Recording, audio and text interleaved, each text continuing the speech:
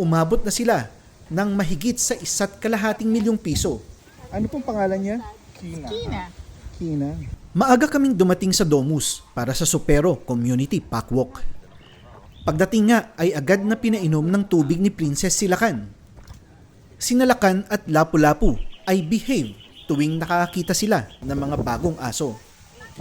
Ibang-iba sa kanilang inaasta sa loob ng Supero. Dumating na nga din ako sa venue kasama ang amo ni Kina na si Ma'am Roan at kasama rin ang kanyang mga kapatid, kasama ang kanilang mga family dogs. Hindi ko napigilang itanong kay Ma'am Roan kung saan niya nabili ang wheelchair ni Kina. Tinanong ko ito para kay Kovi sana. Una, nagulat ako na locally made pala ang wheelchair. Pangalawa, nagulat ako sa presyo. Malayong-malayo sa presyo ng wheelchairs na available online. Hindi ko na din napigilan ng aking sarili na itanong kung magkano na ang nagastos niya kay Kina. Napakalayo ng hula ko. Umabot na sila ng mahigit sa 1,250,000 piso at tumataas pa.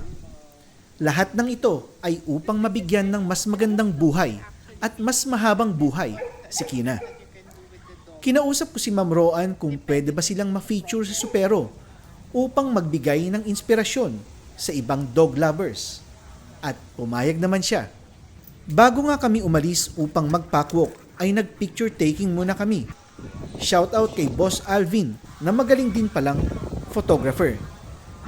Dumating na din ang ibang sasali sa pacwalk.